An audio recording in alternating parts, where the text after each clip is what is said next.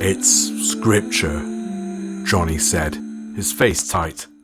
"From the book of Mark, and it's written in shit. Come away from there. Let's find this creature and make it pay for these blasphemies." "Are you looking for me?" A woman's voice drifted from a nearby archway. Johnny cursed and span about, calling himself 7 kinds of fool for being so easily distracted, yet no attack came. Signaling to the captain, both men slowly approached the doorway, which led into a gloomy sitting room. Sat on a dusty, torn sofa was a woman, her back towards them. She did not move at their approach, but giggled obscenely as Johnny raised his sword for the killing strike. Johnny was just about to lunge when her head spun about with a tearing of tendons and the cracking of bones. "The great Johnny Masterson," she hissed, her torn and tattered features brimming with hate. "The great demon slayer himself, come to my own little corner of hell." "How do you know me, demon?" Johnny spat, sword trembling with eagerness to strike. "Who does not know the great Johnny Masterson?" She laughed. "The scourge of demonkind. Do you know what awaits you in hell, Johnny? What delicious torments we have planned for you, an eternity of anguish and terror as we tear your weeping soul apart. Father Matthew is waiting for you. Even now I can hear his screams." "Fuck you!" Johnny charged with a shattering roar, swinging his sword wildly, determined to destroy his tormentor, but the demon moved with lightning speed, bounding from the sofa and latching onto the ceiling like a loathsome fly.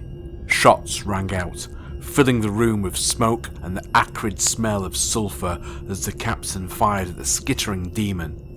A wild shot caught her in the side, but she fell hard upon the captain, clawing at his face. Johnny whirled about, but the demon leapt away, tearing off one of the captain's clutching arms in a flood of black, sticky ooze, and launching the tattered appendage at Johnny's face. But Johnny stepped to the side and thrust forward, in one fluid motion, piercing the creature's shoulder with his glowing blade. The demon let out a cry of anguish as its flesh began to burn.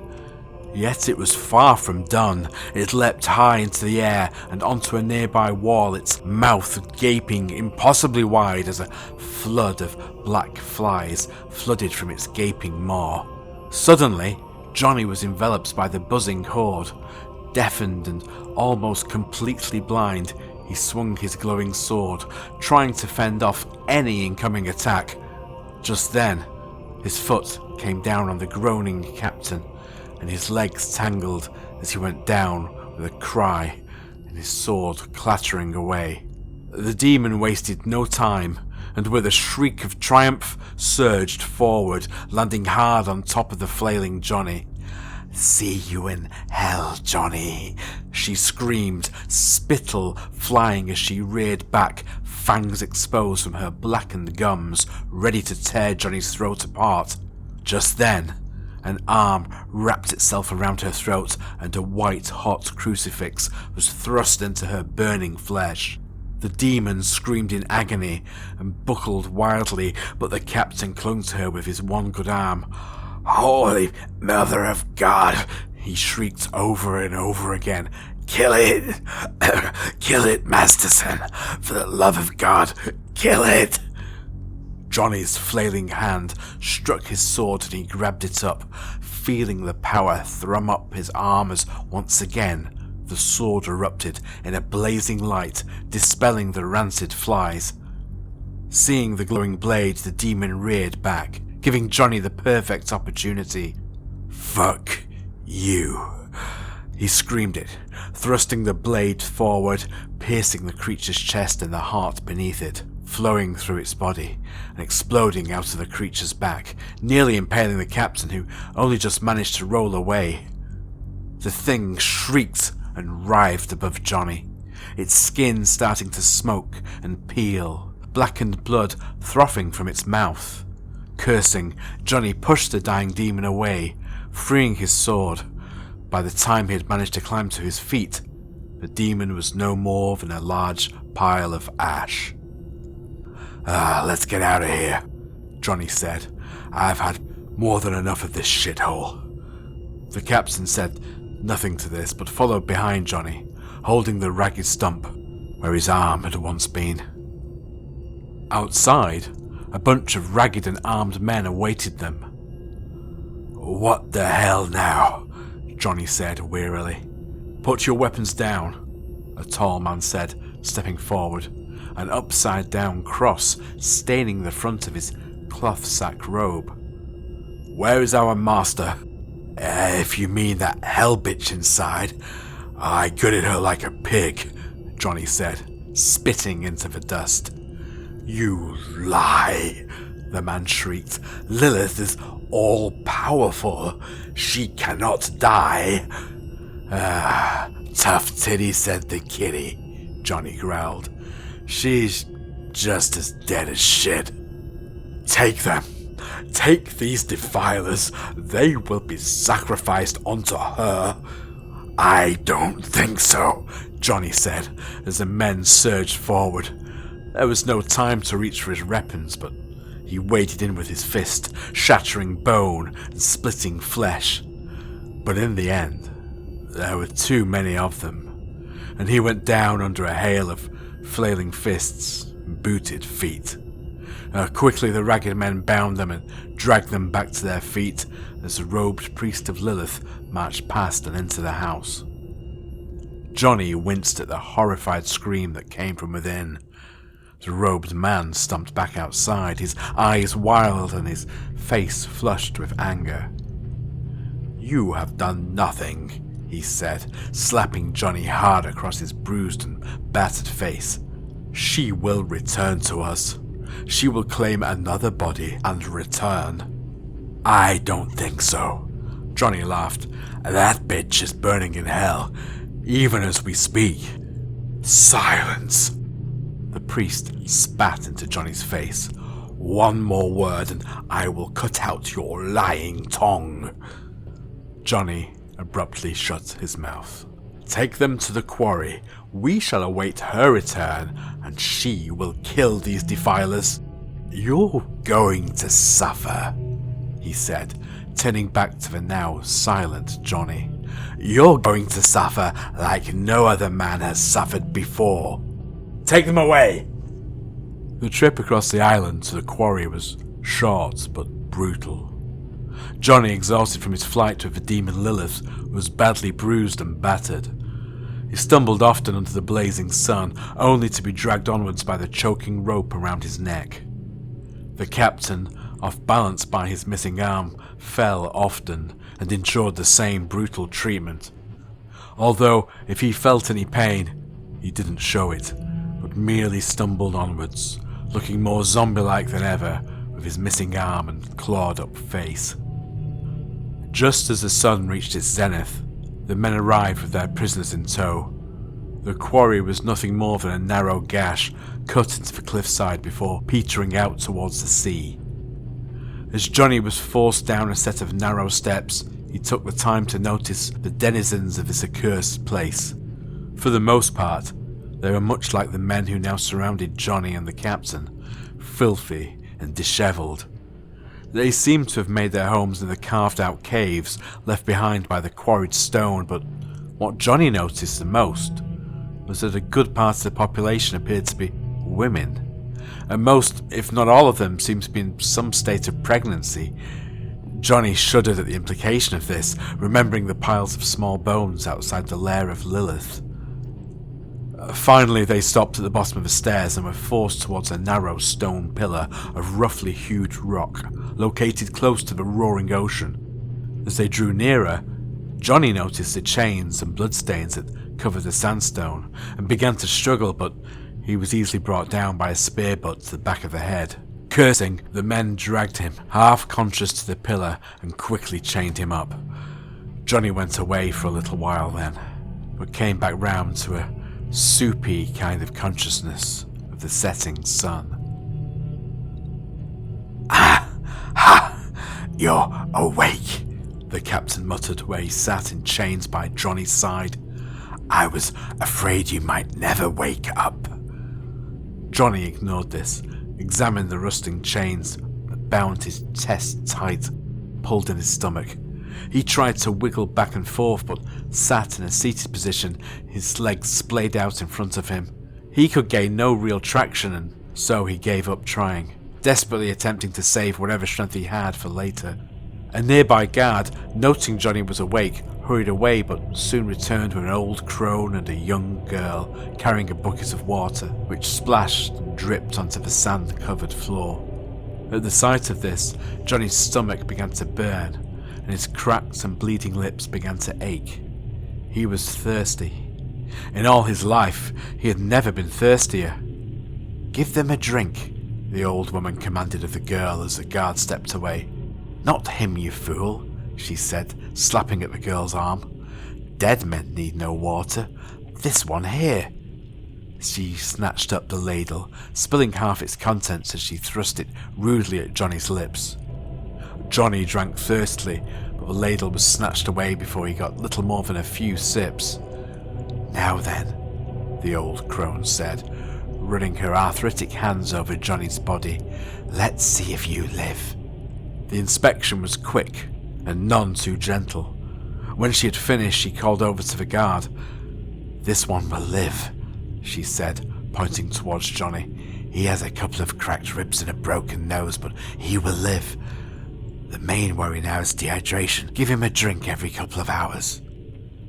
"That's not my job," the guard bristled. "Oh, it is now," the old woman rounded on him, "unless you want to explain to Lilith when she returns how you cheated her out of her vengeance." The guard paled at this. Some say she is dead," he whispered. That one killed her with a magic sword." "Silence, fool. If the archpriest hears such talk, he will skin you alive. Lilith will return to us. She is more eternal than the fires of hell, and when she does return, she'll want the sinner alive. So do your job, or end your life upon the Tower of Pain." That said, she left, taking the young girl with her. The guard watched her leave before grudgingly giving Johnny another drink, then stomped off back to his post. "Did you hear that?" the captain whispered in Johnny's ear. "The Tower of Pain. Now what in the hell do you think that could be?" "I have no idea, but I have a feeling we may be finding out before this is all over." And that's how it was for the next couple of days. They received water and scraps of food twice a day, once in the morning and once with the setting sun. The captain never ate or drank, gave his portion to Johnny, whose strength had slowly started to return as his body went through a long, slow process of healing itself. On the third night, the archpriest of Lilith stood before them, guards in tow. 3 days. 3 days, he spat, and our goddess has not returned to us. I have prayed, oh how I have prayed until my knees have bled, but last night I had a dream of prophecy. It is not my blood that must be spilled, it must be yours, he said, drawing a long leather whip from behind his back. The blood of the defiler will draw her back to us. Get him on his feet, he commanded his men. Chain him high. Johnny did not resist as the men rushed in. There was simply no point. There were just too many of them, and he knew whatever punishment he was about to endure would not result in his death. Seconds later he was chained to a rusty hook high upon the bloody pillar, his tattered shirt ripped from his back.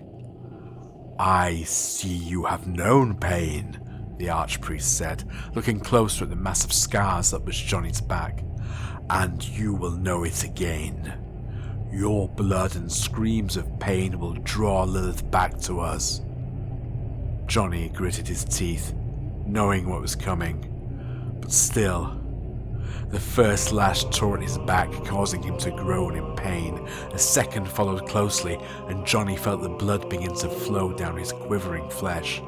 A third blow whistled down, and Johnny slumped, hanging by his arms, and yet he still would not scream.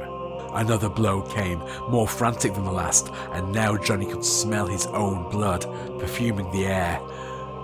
"You will scream!" the archpriest raved, punctuating his command with another blow. "I swear by the blood of Lucifer, you will scream!" "Go fuck yourself," Johnny spat, using his hatred to climb back to his feet. "Your whore mistress is dead." "No!" a voice echoed throughout the cavernous walls. "I am not." "Lilith?" the archpriest gasped, dropping the bloody whip and falling to his knees. "Have you returned to us?" It can't be," Johnny whispered, craning his neck as he watched the cloaked figure descend to the quarry floor. The milling people all fell to their knees, their heads in the dirt as the demon passed, shrouded in a cloud of flies. Only her eyes were visible as she glared her hatred at Johnny. "Defiler," she hissed. "Puppet to the Lamb of God. Did you really think you could destroy that which is eternal?" "You're dead," Johnny whispered. "You cannot be alive." "Yet here I stand," the demon hissed, "and you will pay for the desecration of my flesh." "Yeah," Johnny said, regaining some of his composure. "Well, get to it, bitch." He hoped to goad the demon into a fury. At this point, all he could hope for was a quick death, but the demon only smiled. "Ah, no, my friend. I know what you're about. Your death will be long and arduous. I shall feed off your screams and become powerful again. Bring him." She said it, kicking the archpriest hard in his side, "and we shall take him to the Tower of Pain and bring that fucking sword of his too. I shall cast it into the depths of the ocean. Never shall it be used against the minions of hell again." The archpriest scrambled away, his eager guards rushing in, freeing Johnny from the pillar, securing his hands and upper body in rusting chains, just as the archpriest returned, sword in hand. "For you, Divine One," the archpriest fawned, presenting the sword to Lilith. Immediately the sword burst into blinding flames and the demon screeched, scurrying back. "Cover it, you fool! Cover that abomination before I tear out your heart!" "Yes, of course, mistress," he said, quickly tearing the cloak from his back and hurriedly wrapping the sword, smothering its glowing flame. "Fool!" the demon hissed, lunging forward. She dealt the priest a glancing blow, sending him crashing to the floor. "Please, my goddess," the priest whimpered, "forgive me." "Get on your feet," she said, looming above the bleeding man, "and if you value your life, never show me that thing again." Of course, divine mistress, I live to serve." "Then do as I command. Bring that defiler, and the dead man too. He may feel no pain, but he can still watch his friend suffer." "Come." She said it, heading into the night. "They shall feel hell's wrath upon the Tower of Pain." The Tower of Pain had once been a small watchtower, erected a few 100 years ago. It was now a shadow of its former self, slumped and crumbling. It emerged out of the darkness, their glowing torches casting dancing shadows across its crumbling masonry. "Sweet God," the captain whispered to Johnny. "Are you seeing this?" "I see it," Johnny said, trying to keep the tremor from his voice as they approached. Since the fall, he had seen many abominations, but nothing like this. The entire tower was festooned with decaying bodies, but that was only the beginning. The bodies had been defiled in the most grotesque of ways. Limbs had been torn away and replaced with animal parts. One man's head had been torn away and a bloody wolf's head, tongue lolling, sewn to his ragged neck. Johnny silently prayed to God that these poor wretches had been dead before they suffered such atrocities. "Stop!" Lilith commanded at the sagging entrance. "Leave us!" The surrounding guards quickly scurried away as if glad to be away from such a terrible place. "You," she said to the archpriest, "bring them." "Move," the archpriest said, shoving them through the doorway into which Lilith had disappeared. "And hope the mistress is feeling merciful. I have seen her draw out a sinner's agonies for days. Perhaps if you beg her forgiveness, crawl to her like the worms you are and lick her feet, she may show you some small mercies." "I doubt it," Johnny said as he entered the darkened tower. "I shall give my soul over to God." "Your God is weak," Lilith said, rounding on him. "You shall beg for his mercy in the coming days, and he will give you none. Pray to me, Masterson. I may show you the mercy you so crave." "Go fuck yourself," Johnny laughed. "I would rather pray to the shit-stinking offal." "How dare you speak to the mistress?" the archpriest screamed, slapping Johnny hard across the face. "Leave him," Lilith commanded, taking a rusty blade from a blood-stained altar and drawing closer. "He is mine." "Of course, my goddess." But that's as far as he went. The demon rounded on him, thrusting the rusty blade through his open mouth, shearing through his neck and snapping his spine with a cruel twist. The priest fell to the floor like a felled tree, tearing the bloody blade from the grinning demon's hand. "What the fuck?" Johnny said, startled. The demon waved a hand across her face and the swarming flies departed, revealing a young woman beneath. Even in his exhausted, battered state, Johnny's breath caught at the sight of her beauty as she grinned at him, as if sensing some of his thoughts. It was only when she began to speak that Johnny recoiled in horror, for the voice issuing from her curvaceous, bow-shaped mouth was dark, booming and dripping with evil. "I see you like my little plaything. I am Asmodeus and this is Tara," the voice said, making the girl pull down the hood and revealing raven-like locks beneath. "Quite the piece, isn't she? I had her stowaway on your ship," the demon chuckled. "Asmodeus," Johnny growled. "Lust himself, another crown prince of hell. You know what I did to your brother?"